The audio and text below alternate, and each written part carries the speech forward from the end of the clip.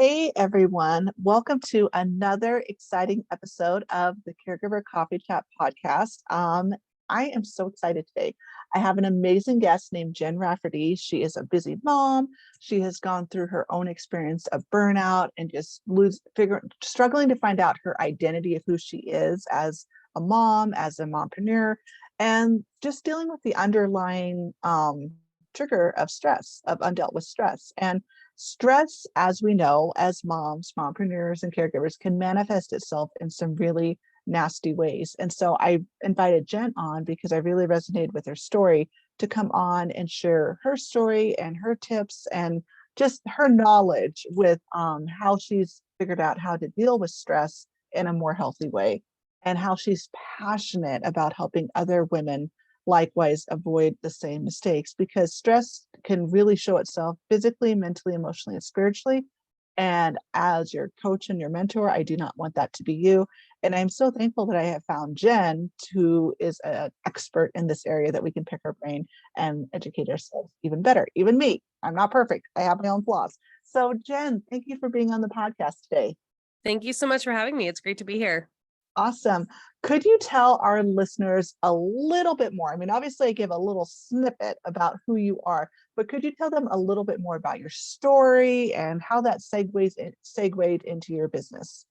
Sure. So I am a mom of two, and in 2019, right at the end, like right before Christmas, my husband at the time and I decided we were going to get a divorce, and I ended up moving out of my house the weekend the world shut down for COVID with my two kiddos, who were 5 and 7 at the time. And I was also a public school teacher. I was teaching music, middle school classroom for about 15 years at this point. And in that weekend, everything changed for me. Everything that I felt comfortable with all of a sudden just was gone. And I know a lot of people experienced it that weekend. So I had to really reinvent myself in a way that I wasn't anticipating. I mean, I knew that I was going to be part of the divorce process, but then adding COVID on top of it, adding the way that I was able to do my job on top of it, everything just changed. So I took that time as a real opportunity to discover who I was, or maybe rediscover who I was. And so I decided to take off a semester from teaching that following fall because I was going to homeschool my own kids. And, I started my PhD at that time, and I thought that would be a really interesting thing to do at that point. I'd always wanted to do that. So I'm actually almost finished now with my degree in educational psychology. But the first day of class, my professor just said, introduce yourself. And everybody was introducing themselves in relation to their partner, in relation to their job, or relation to their kids. And while, I love being a mom, I didn't just want to lead with that. That was really not the only thing I wanted to present to the world. And I just started crying. I was like, who am I? I don't know I don't even know how to answer this question.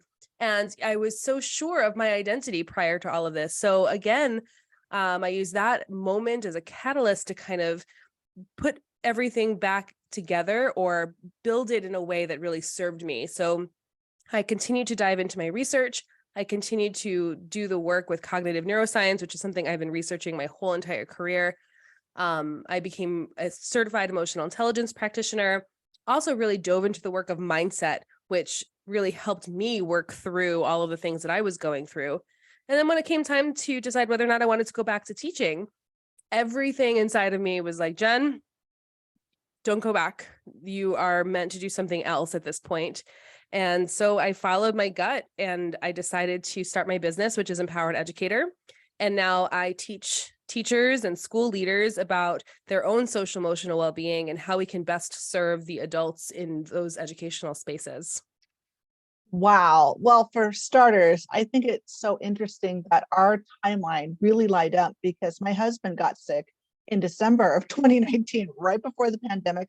So that was the catalyst that started us on my journey too. I didn't know it at the time. I wouldn't officially be quitting my job and starting really focusing on my own online business until July of 2020, but I went on medical leave. I was starting the process when I went on medical leave to take care of him when his health really declined in May of 2020. So I think it's so interesting that and I had been in healthcare for 15 years as a certified nursing assistant, where I worked primarily with long-term care patients. So I think it's so interesting that our timeline just kind of hit when we had our planning call. I thought, oh gosh, this is going to be so good, because we understand that it wasn't so much out of the pandemic, but it was just like in our own lives, something personally that had happened to us that just really was the catalyst for really looking at who we are. We're more than just a mom. We're more than just a caregiver. We're more than just an online business owner with gifts and talents. But our identity shifts when, it definitely got me thinking about,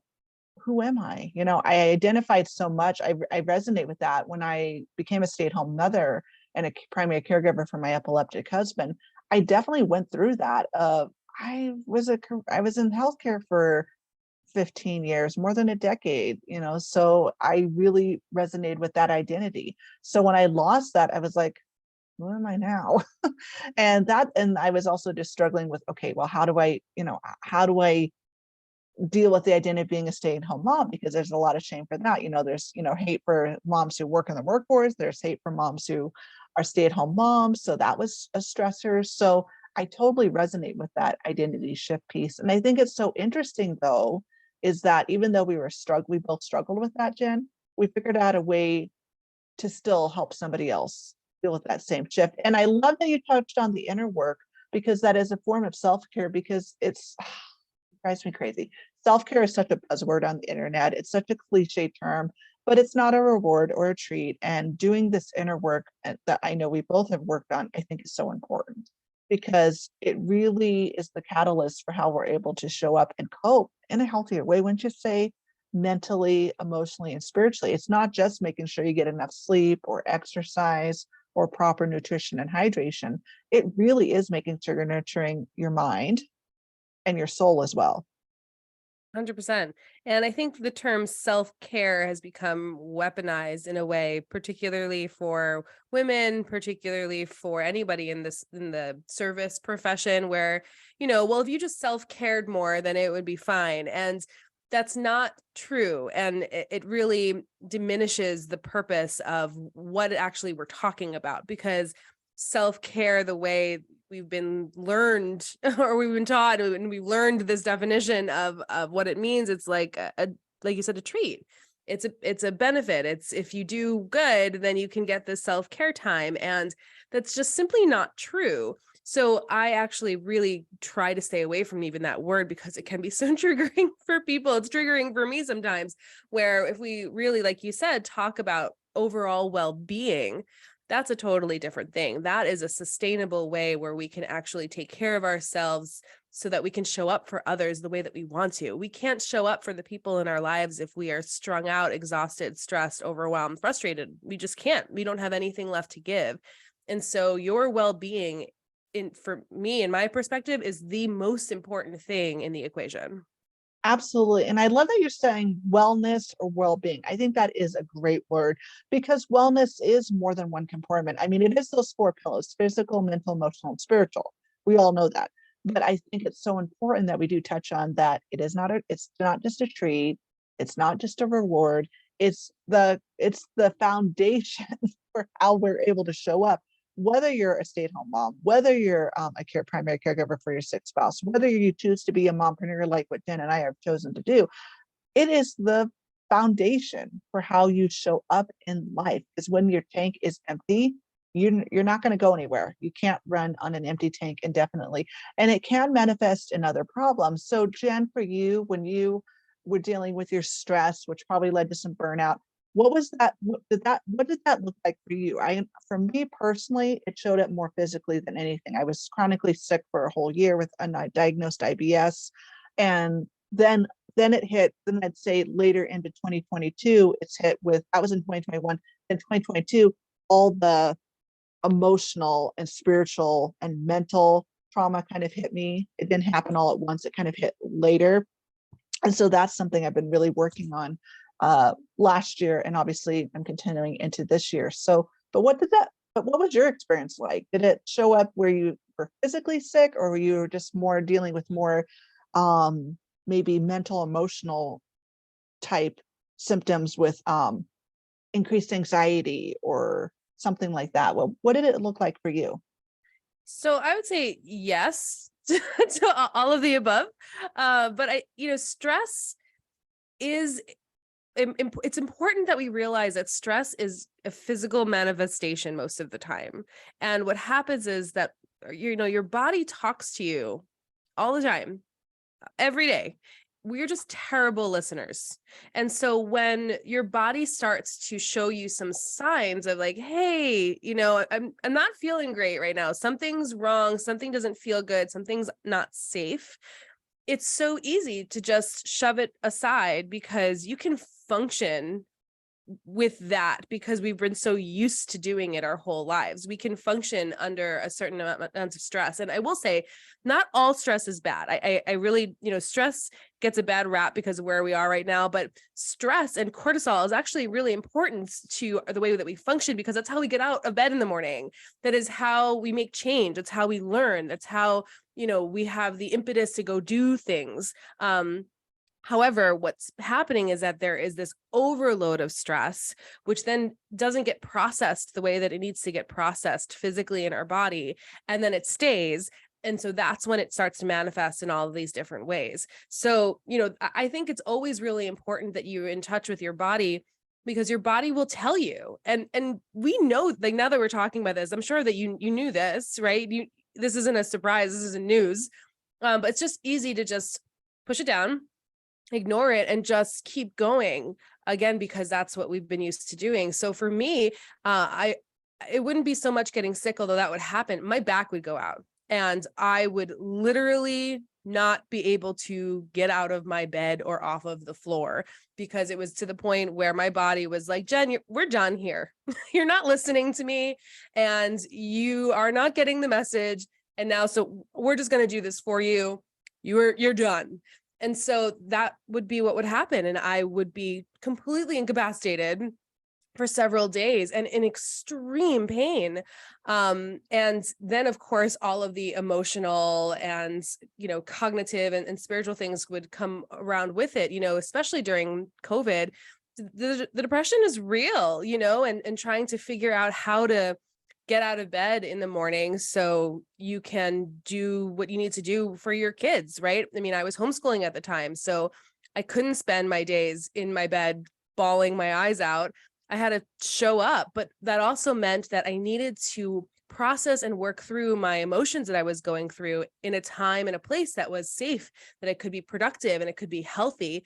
And sometimes that would mean excusing myself when the kids were eating lunch or something, going upstairs, having a good cry, and then coming back downstairs. But through the work that I did, both with my research, with my degree, and in the mindset work that I did myself, I learned really concrete strategies of how to navigate all of that, because it wasn't a place that I wanted to live. I wanted to be on top of it. I didn't want to be constantly chasing my stress, figuring out like what happens? Why am I here right now? Right. And I think that is really important. Okay, moms, caregivers, listen up. Mompreneurs, listen up to me for a minute. Buckle up. It's okay to say that I need a moment. It's okay to take a Yes. time out. Okay.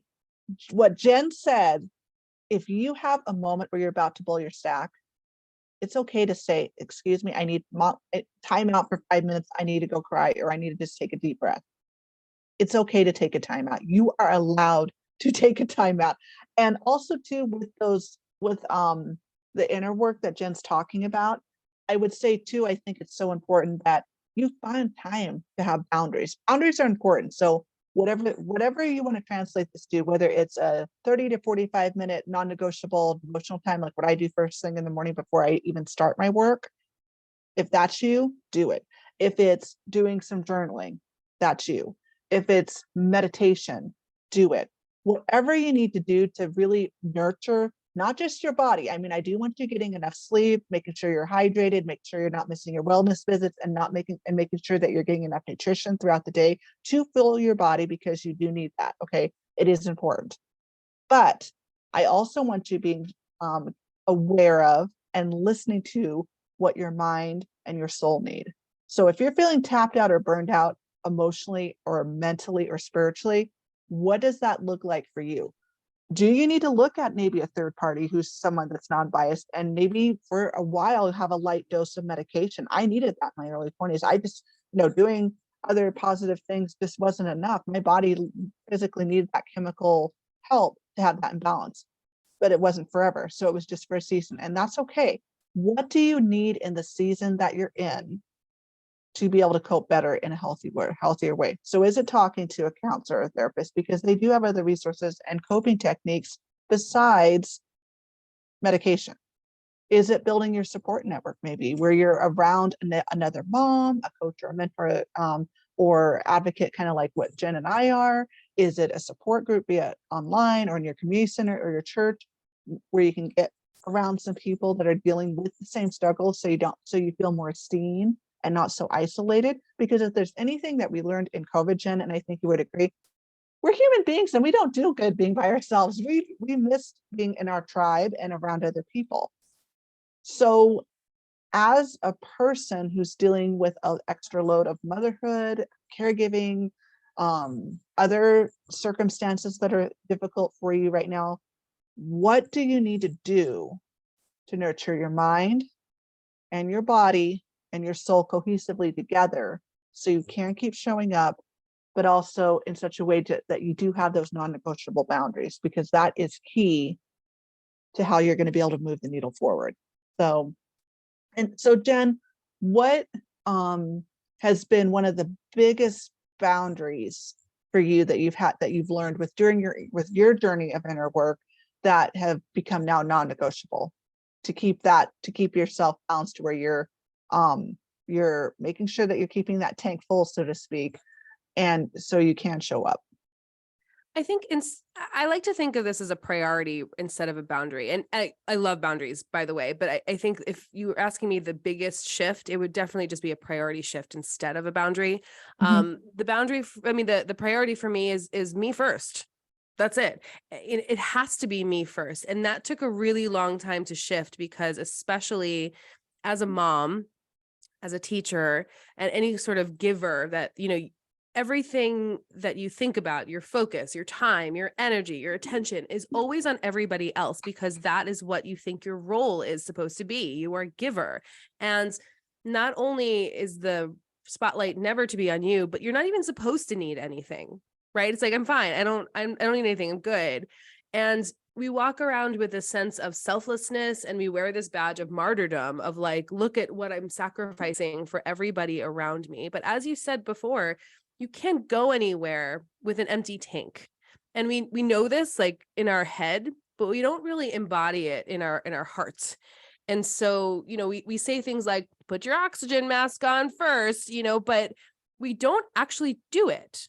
No. We don't walk the walk. We know we say the words, but we don't do it. And then when we try to do it, or we dabble in it, it feels bad, because we, cover ourselves in all of this guilt of, wait a second, I'm a giver. I'm not supposed to need anything. Now I'm only asking for things. I'm prioritizing myself. And then we just like bathe in this layer of guilt on everything. So when we are prioritizing ourselves, it doesn't even feel good, because our mind is like, whoa, I should really be doing this other thing for this other person. And here's the thing, it's nobody's fault that we're like this, right? This is in the air that we're breathing. This has been passed down to us for generations, and we're here now. And what I encourage people to do is wake up. Wake up. You are the most important person in your life. And if you are not taking care of yourself, you are not actually able to hold space for the other people who need you the most. So those 5 minutes that I needed to go cry in my room were the most important thing in that moment, because if I didn't, I would not be able to show up for my kid. Yeah, I'd physically be there, but I wouldn't be able to really be there the way that I wanted. And when you do this, you are modeling a new paradigm for your kids to say and show them, hey, it's okay. You're mad. Go scream upstairs in your room. Go hit a pillow. I do that. I'm going to go do that right now. I'm mad. I'm going to go in my room because I need to let it out. I'm sorry, kids, but I need to go for a walk right now. And I know that you're hungry for dinner, but if you're really starving, go make yourself some cereal. I'm going to be back in 10 minutes and then I can make you dinner. That to me are my non-negotiables.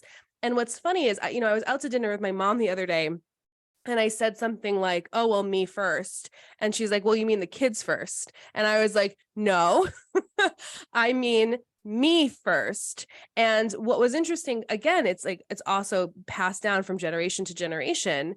I had to explain to her that by choosing me, I choose the kids. By choosing me, I choose my people around me. By choosing me, I show up to my work better. And that shift alone has been huge. The fundamental principle of my company is the most generous thing you could do for other people is take care of yourself. Talking about the identity piece, which ties into this a whole lot. I said in my TED Talk, we are not superheroes. And I know that that's an unpopular opinion, especially when it comes to teachers. We're not superheroes. We're human. And sure, you are, if you're a mom, if you're a teacher, if you're, yes, of course, we're all heroes. Like this is something that we do that changes the world, but we are not immortal. And when we attach ourselves to this narrative of being a superhero, it makes martyrdom okay, because superheroes don't need anything. They can just show up and do the thing. They don't need to take care of themselves. They're fine. We are not superheroes. We are human and we need to act accordingly. Absolutely. I love that you said that. And this is tying into, I love how God does the full circle thing, because this is just so awesome. Because actually my pastor is starting a sermon series at our church. He started yesterday with saying yes to Jesus, or saying yes to yourself.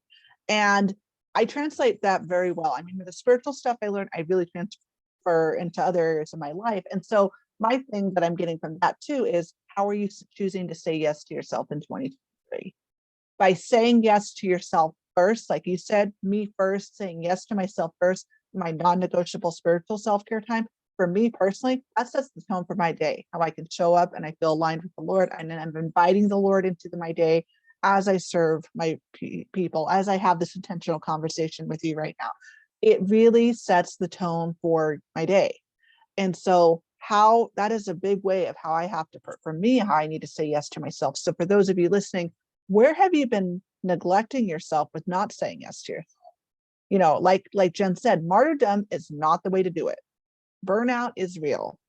You don't want to be sick. Don't be like me and push off those ignoring, being the martyr of being so hyper focused in on your kids and your sick spouse that you missed your wellness visits. And then by the time I couldn't stand it anymore, I started getting sick in I'd say the tail end of 2022 or 2020, excuse me. And then by spring, April or May of 2021, I just couldn't stand it anymore. So I finally made that visit with my doctor. And because I hadn't kept her in the loop about what was going on, it took me 4 doctors and 2 procedures and a whole entire year of being sick before I finally got a diagnosis and was able to start medication at the beginning of last year. So I paid for it in a big way. And it made it really tough to be a mom, to be a caregiver, to show up in my work. And like Jen says, when you put yourself first, things run a lot smoother. You show up better as a mom, you show up better as a wife, you show up better as, go down the list of identities or roles or hats that we have. Martyrdom is not the way to do it, guys.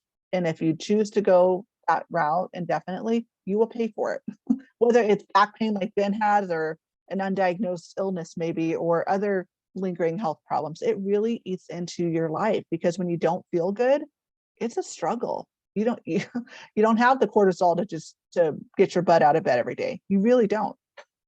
Well, it's an overload. And Yeah. that's, it's kind of like this continuum, you need just a little bit. But when you have too much, it goes completely onto the other side and it becomes paralyzing. And then we can't get rid of the excess cortisol that's in our body. And there are all these hormonal components that happen. And I don't want to get too technical there, but this is a really important piece of all of this, is put yourself first. And sometimes, I have to also say this, invest in yourself. and not just with time, sometimes it also means money.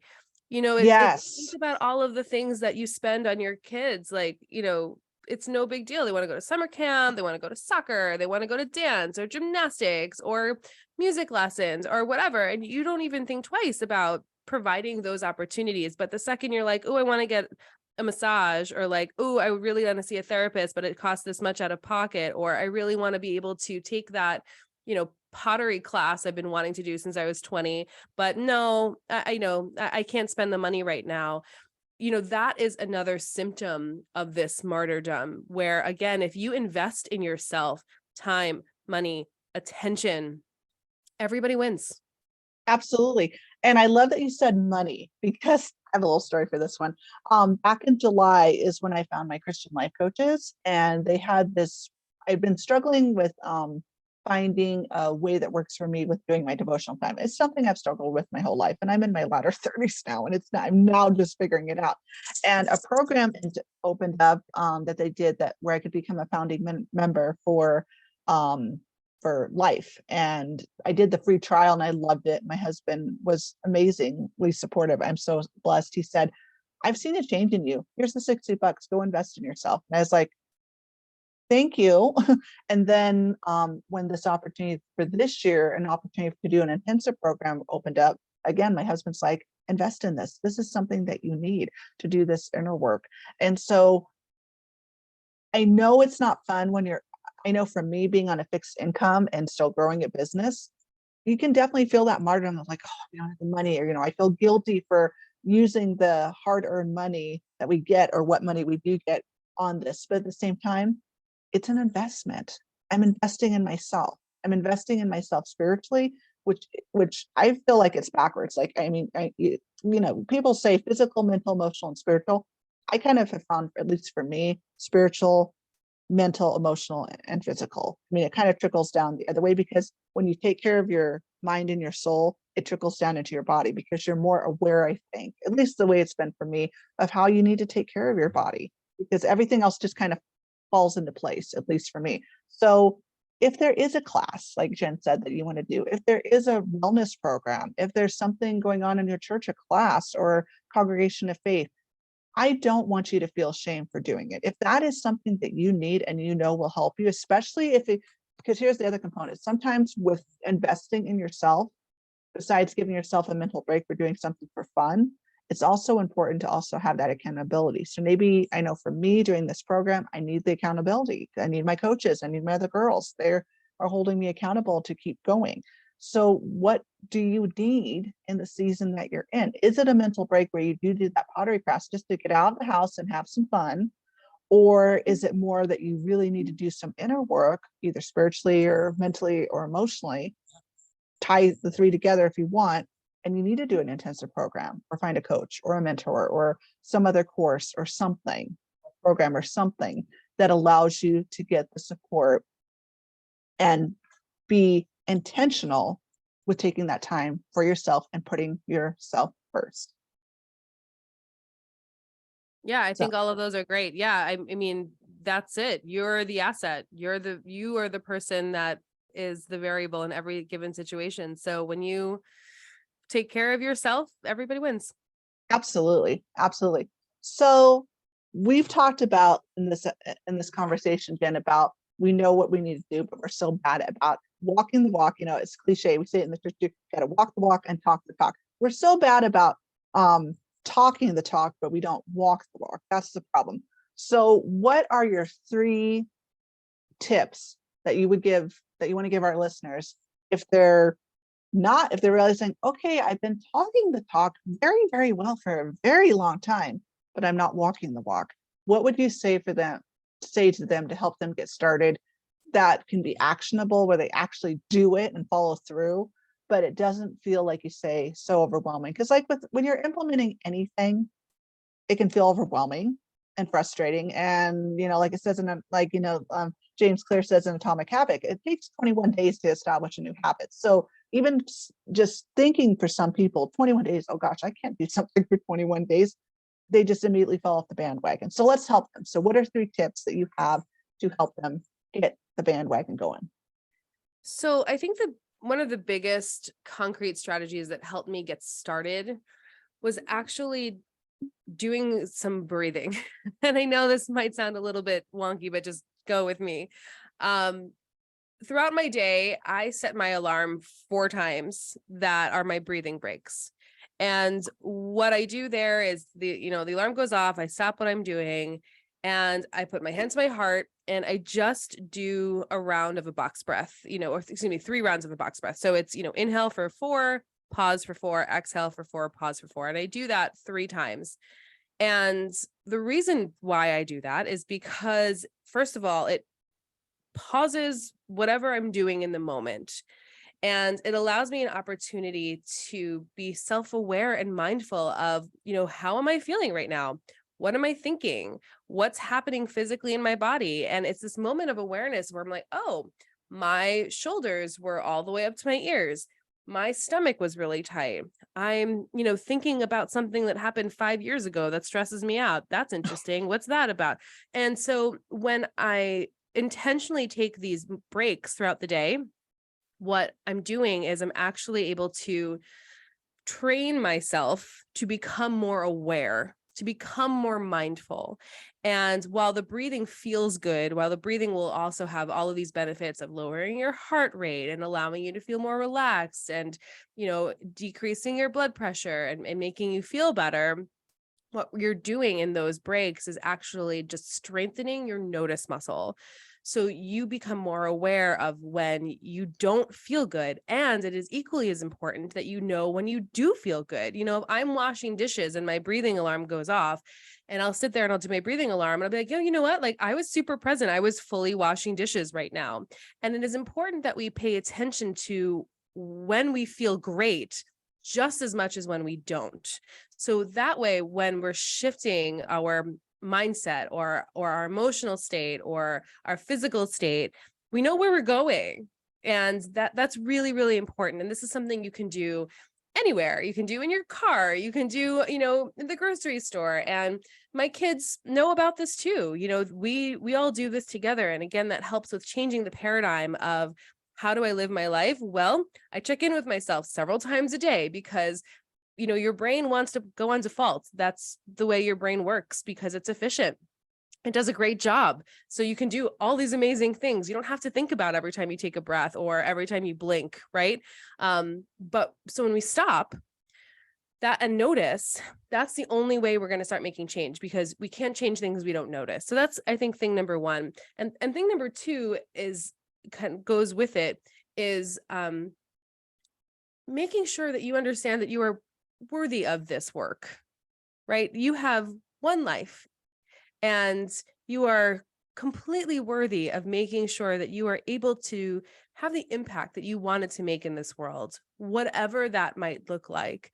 And in order to do that, you have to prioritize yourself and remind yourself that you are enough, you matter, you are worthy, and tying that into even just something as really simple and concrete as those breathing breaks throughout the day. And like you said, you don't have to commit to 21 days, do it for a couple of days and just see what happens. And if you like it, continue. And if you don't. And if you want to start with 1 throughout the day, great. If you want to work yourself up to 4, great. And I work with some people who do 1 every hour at the top of the hour. It doesn't matter. It's choose your own adventure. And then I think the third thing that is really important is, and you mentioned this before, is community. The work happens when we each make these changes individually within community. That's how we really make significant change in this world. Absolutely. I love those tips. So thank you for sharing. And like Jen touched on, guys, listen, I'm all, how your girl runs, how I teach. I want you to create a plan and take actionable steps. But I don't want you to have an analysis either, where you're like, oh gosh, I need to do something. And I try to make this impossible plan and then you don't execute it at all. One actionable step a day is better than nothing at all. Progress is progress. And don't feel like, oh, because Jen's doing it this way or Melissa's doing it this way, I have to do it exactly to a T like they do. No, we want you being curious and stopping and pausing and paying attention to what you need. What do you need? What works for you? try something like Jen said. Don't commit to 21 days if you can't do it. Try, for maybe this week, maybe for this week, just take it a week at a time. Commit this week on, I'm going to do this at this time once a day for this week and see what happens. If it works well for me, I'll run with it. If it doesn't resonate with me, I'll ditch it and I try something else. And if you end up ditching it, guys, listen to me. It doesn't mean you're a failure. It just means you haven't found the right thing. And that's okay. We're all different. How my brain works, what works for me and resonates with me is supposed to be different than what works for Jen, and vice versa. And what works for us, we can give you the tips, the strategies, and foundational tools to start the process. But at the end of the day, we want you taking what we teach you and tweaking it into a way that works for you, and then running with it in a way that works for you. Because we're all unique. And the same thing, because think about it, as moms, how we know our kiddos better than anything. And we know, and I only have one, but Jen has two. She knows her children are unique individuals. Yes, they're siblings and there might be some similarities, but does Jen approach them both the exact same way? Probably not, because they have different personalities, different needs, and they respond better in certain ways. And that's fine. So why not do the same thing to ourselves? We're unique. We're individuals. We have different needs. Our brain works a certain way. And doing this work means we have to be curious. We just have to try things. And if it works, great, run with it. If it doesn't work, ditch it, move on. Doesn't mean we're a bad person or a bad mom, bad caregiver, bad mompreneur, or any other hat you want to throw in there. It just means we haven't figured out what works. We're going to keep trying again. Okay? We're going to keep trying again. And it's okay to keep trying again. I mean, how many times, Jen, have you tried something and it flopped in this whole journey and you've had to kind of just go stop and pause and check in and go, okay, that didn't work. I can do better. I think for me, it's about recommitting to myself. There are so many things that are available for you on this journey. And at the end of the day, it's about continuing to recommit to yourself. And that's the thing for me was the most important, where you fall off the bandwagon. We're human. Like, this is how this works, and part of that too is the way your brain is trying to keep you safe. It wants to keep you the same. And so if you're somebody who's always done everything for everybody your whole life, and now you're like, okay, I listened to this podcast and now I'm going to start prioritizing myself first, your brain's going to be like, no way, this is not how we operate. I don't have any evidence of you doing this and surviving. No. And it's going to throw up all sorts of resistance for you. And unless you're able to navigate that, recognize it for what it was, and then make a conscious decision that, okay, I understand that this is my brain trying to feed me some resistance right now, but I'm not going to die by prioritizing myself. Like, I'm safe. Thank you, brain, for doing your job, but I'm good. Until you even understand what that looks like, you're going to fall into this trap of, oh, I did it again. I committed to something and then I fell off and I can't stick with anything. And I'm, and that whole story. And truly, that's just a story, because the thing that's preventing you from moving the needle forward is your biology, and understanding that is really essential. So taking the time, first of all, to stop and notice, and then make a decision. Do I want to recommit to my growth? Do I want to recommit to my expansion? Do I want to recommit to being the person that I know that I can be? And if the answer is yes, then you just make a new decision. That's it. Right. Because here's the thing. My business coach, Faith Burnout, she teaches the CTFAR method. And the underlying tool with that is you have your circumstances. That never changes. Okay. The circumstances never change. You never change the C line. But what you can change is the thought, and in turn, the action you take, and then the feelings that you have around it, and then the result. Because that's ultimately what we want. We want to have a different result. We don't want to, but we can't change the circumstance. The circumstance line doesn't change by trying to change the circumstance. The circumstance actually changes, guys, by actually managing our thoughts, rewiring those new pathways with our brain, and which in turn allows us to change our feelings and our thoughts. Because it's just a story, like Jen said. It's just the chronic story that is unhelpful that we tell ourselves of, oh, I fell off the bandwagon, or I'm not doing anything. That doesn't move the needle forward. how can you rework that of going, okay, I made a mistake. I tried something and it didn't work. Fine. That means I'm going to try again and I'm going to keep going. That's more helpful. See the difference? It's a lot more helpful when even just, and I know for me, a phrase that has been really helpful for me, instead of, oh, I don't want to, or I don't want have to, I've been really leaning into the phrase, I choose. I choose to put me first so I can be there for my sick husband and my little girl. I choose to put me first so I can and do this inner work so I have the tools to be able to help my clients. I choose to put the Lord first because I know if I put him first, he will plot my steps for every aspect of my life, personally and professionally.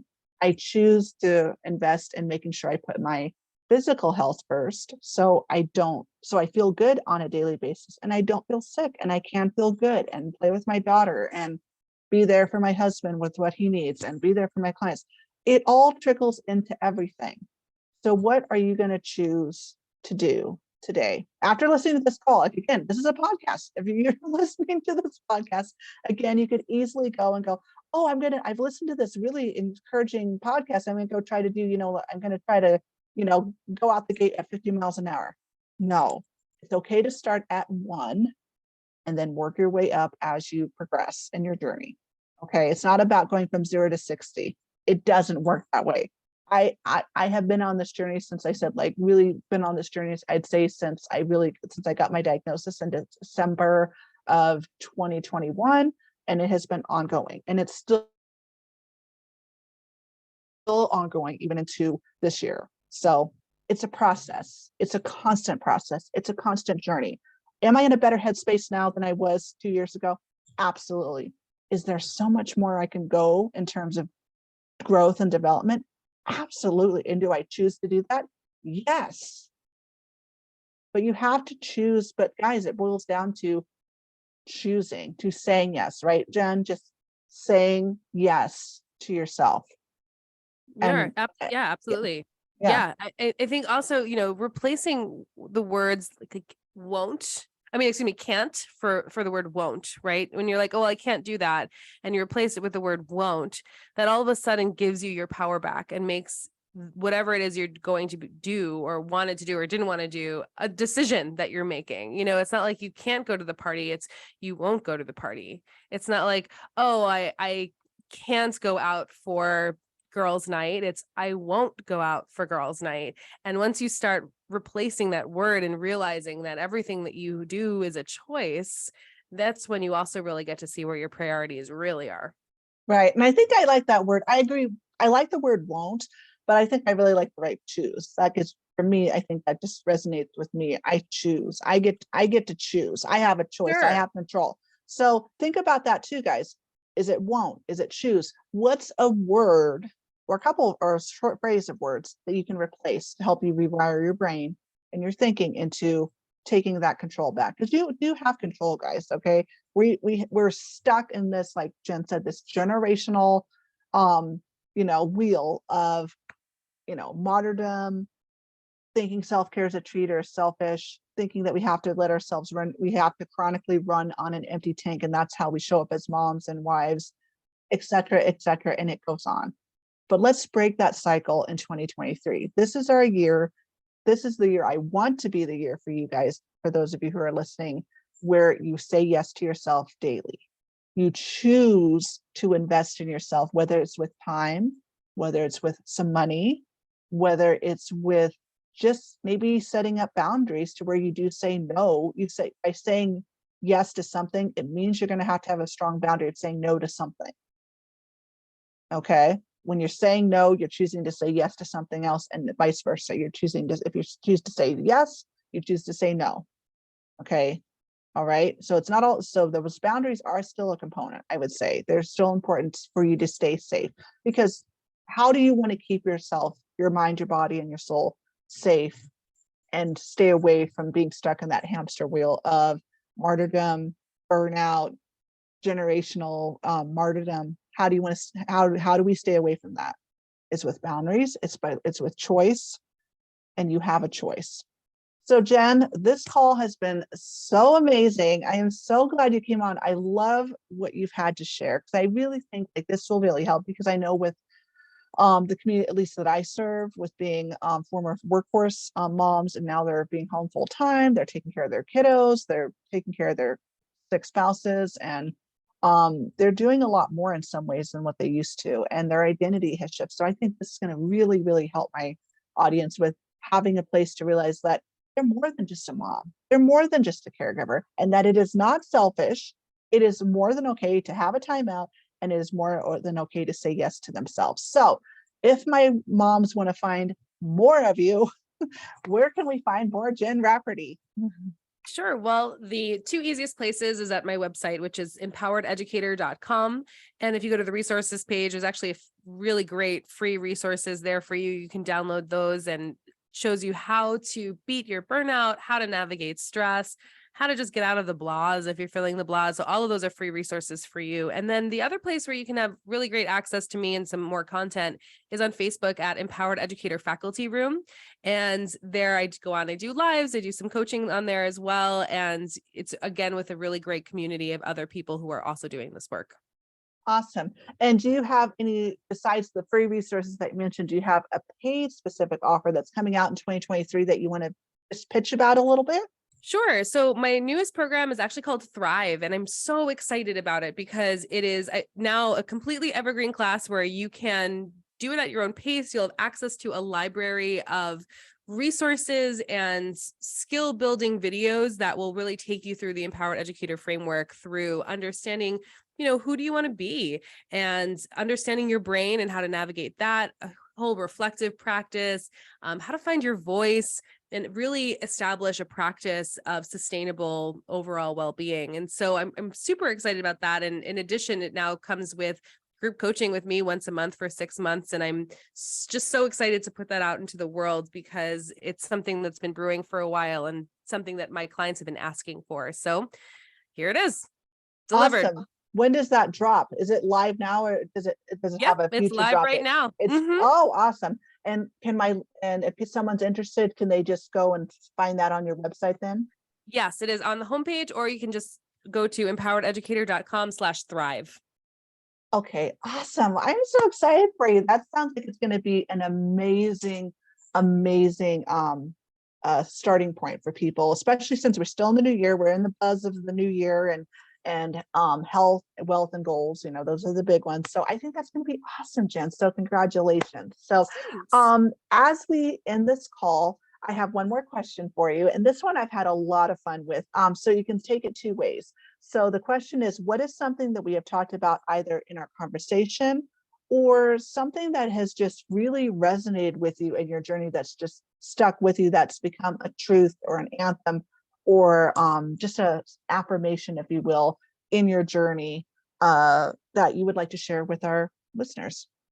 Yeah. So for me, one of the things that I continue to go back to is be where your feet are. In this journey, it's so easy to future and wish you were somewhere else than where you are right now. And what happens is that impatience is the sabotage, and it actually keeps you in that state of unrest for longer.